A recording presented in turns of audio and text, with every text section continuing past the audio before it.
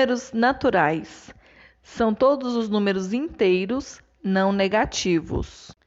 Ou seja, todo número inteiro positivo também é um número natural, ok? Mas não são todos os números inteiros que são números naturais. Por quê? Os números inteiros também têm os negativos, certo? Mas todo número inteiro positivo é um número natural também. Números inteiros são aqueles que não apresentam componente fracional. Os números inteiros podem ser positivos e negativos, porém, eles não apresentam componente fracional. O que seria isso? Eles não têm números decimais, eles não têm número depois de vírgula, certo? Eles não são fracionados, eles são inteiros, como o próprio nome diz. Números racionais são todos os números que podem ser representados por uma fração de dois números inteiros, o numerador e o denominador, que não pode ser igual a zero. Os números racionais, eles podem ser representados através de uma divisão ou de uma fração, com dois números inteiros, sendo eles o numerador e o denominador, devendo ser diferente de zero. Lembrando que todo número natural, ele é inteiro e racional, certo? Porém, não é todo número inteiro que é natural, mas todo número natural, ele é inteiro e racional. O zero é um número racional, pois pode ser representado por uma fração entre dois números inteiros, desde que seja no numerador. Neste caso, ele não é um número relativo, pois é o único número racional e inteiro que não admite sinal. Então, meninos, eu peguei essa reta numérica para mostrar para vocês aonde mais ou menos vai estar o quê? O menos 0,5 e o 0,5 positivo da atividade que nós fizemos ontem na letra D, número 1, página 43, certinho? O menos 5 vai estar entre o 0 e o menos 1. E o 0,5 positivo vai estar entre o 0 e o mais 1 positivo, ok? Então, vamos lá. Eu tenho o quê? Aqui eu tenho menos 0,5. Ixi, ficou grosso, peraí. Menos 0,5. E aqui eu tenho 0,5 positivo, certo?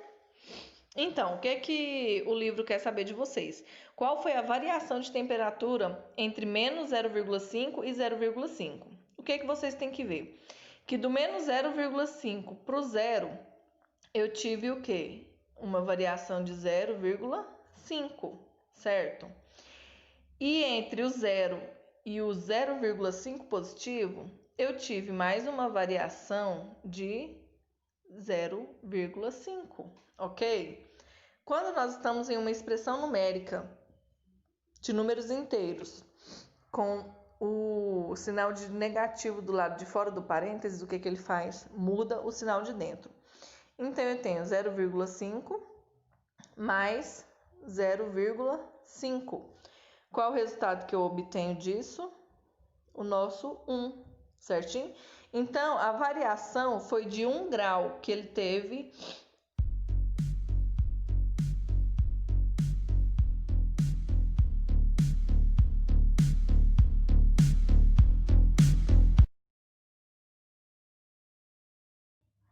Deixa eu te contar um segredo. Meus amigos são muito inteligentes, sabia? Eles não sabem nem mentir. Então, meninos, o vídeo que vocês acabaram de ver, eu estou fazendo o quê? Eu estou sendo irônica. A ironia, para vocês saberem, também é uma figura de linguagem. O que ela quer dizer? Ela quer expressar uma opinião ou algo contrário que você quer dizer, certinho? Agora vamos falar mais um pouco sobre crônicas, certo?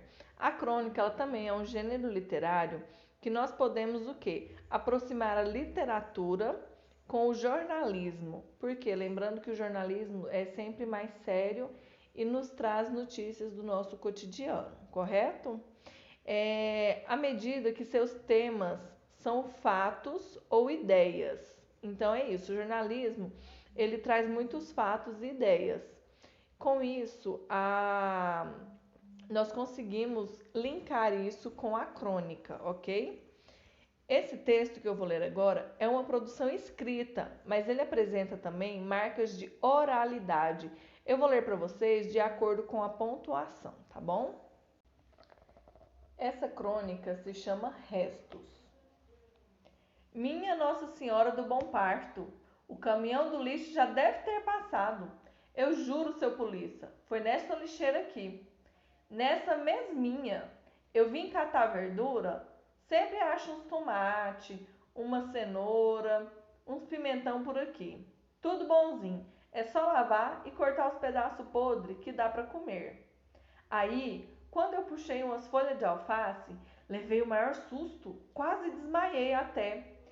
Eu, uma mulher assim, fornida, que nem o seu polícia tá vendo, imagine, fiquei de pernas bamba. Me deu até tontura. Acho que também por causa do fedor. Uma carniça que só o senhor cheirando para saber. Mas eu juro por tudo que é mais sagrado, tinha sim um anjinho morto nessa lixeira. Nessa aqui, coitadinho. Deve ter se esgoelado de tanto chorar. A gente via pela sua carinha de sofrimento. Ele estava com a boquinha aberta, cheia de tapuru. Eu nem reparei se era menino ou menina, porque eu fiquei morrendo de pena e de medo também. Os olhos é do que mais me lembro, esbugalhados, mas com a bola preta virada para dentro, sabe? Aí soltei um berro e saí correndo. Eu demorei para lhe chamar, porque eu não queria que o pessoal do supermercado me visse aqui, ainda mais com um polícia. Já me escorraçaram uma par de vezes. Prefere deixar as coisas apodrecer do que ajudar a matar a fome dos outros. Nem no Natal esse povo tem pena de ninguém. Eu não duvido nada que o anjinho que estava aqui fosse filho de um deles. Essa raça não presta mesmo. Vai saber. Agora eu não. Eu pari e tô criando. Tudinho. Os 5. Às vezes a gente passa fome. Ou nem tem lençol para todo mundo se cobrir. Mas eu crio tudinho. Uma judiação fazer aquilo com um anjinho daquela idade. Vamos atrás do caminhão. Eu sei onde fica o aterro. Moro lá perto. Só venho aqui para ver se arranjo umas verduras melhorzinha. O seu polícia me dá uma carona e lá a gente acha o anjinho. Se algum cachorro ou urubu não comer ele antes. Vamos? O quê? Aí atrás? No camburão? Mas minha roupa não tá suja. Não vou melar os bancos ali na frente. Presa? Mas minha Nossa Senhora do Bom Parto, espere, espere, o que eu fiz para ser presa? Virando a página 67, a primeira pergunta eu vou ler para vocês não fazerem o que eu pensei. Está escrito assim, ó. Este texto, produzido originalmente na modalidade escrita, representa a fala de um personagem. Identifique a situação comunicativa ali representada. Letra A. De quem é a voz que fala no texto? Não é para escrever que a voz é minha, tá, gente?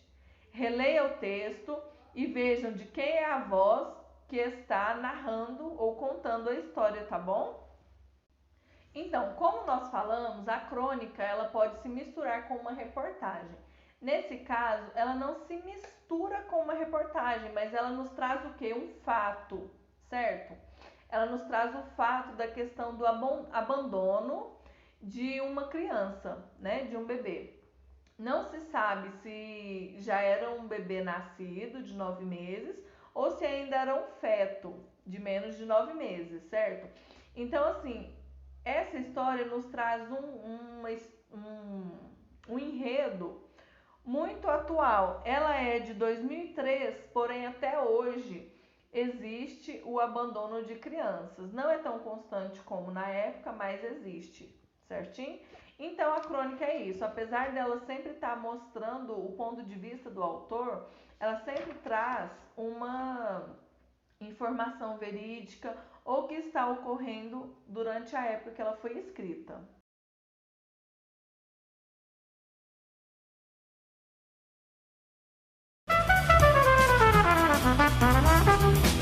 jazz tem sua origem no início do século XX, no sul dos Estados Unidos. Esse gênero, assim como o blues, surgiu a partir das canções de escravos recém-libertos que encontraram na música uma forma de expressão. E a semelhança com o blues não acaba aí. O gênero está presente nas raízes do jazz, de quem pegou emprestada a chamada Blue Note, aquela nota semitonada que dá a característica melancólica ao blues. Outro estilo que influenciou o jazz foi o ragtime, um som marcado pelo piano e com elementos de marcha e polka. Entre as características principais do jazz estão o improviso e swing, um balanço, uma maneira única de tocar que dá ao gênero um traço muito dançante e ritmos não lineares. Ao longo do tempo, o jazz se dividiu em diferentes estilos. No início do século XX, Nova Orleans viu surgir o chamado Dixieland. Inspirado nas bandas marciais da cidade, tinha na formação o trompete, trombone e clarinete, acompanhados por banjo, contrabaixo, piano ou bateria. O trompetista era o solista da banda e todos tocavam o acompanhando.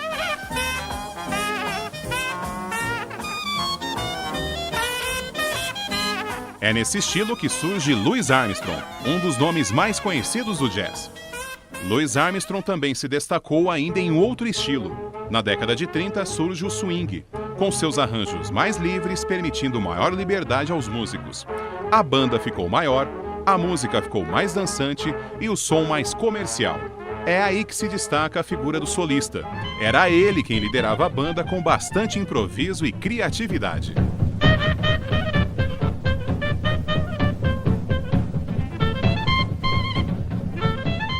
Como uma reação ao popular swing, surge na década de 40, nos clubes de jazz nas cidades de Chicago e Nova York, o bebop, um jazz mais desafiador. Tocado numa velocidade maior, com harmonias mais avançadas e improvisos mais arriscados, o bebop não era um jazz para ser dançado.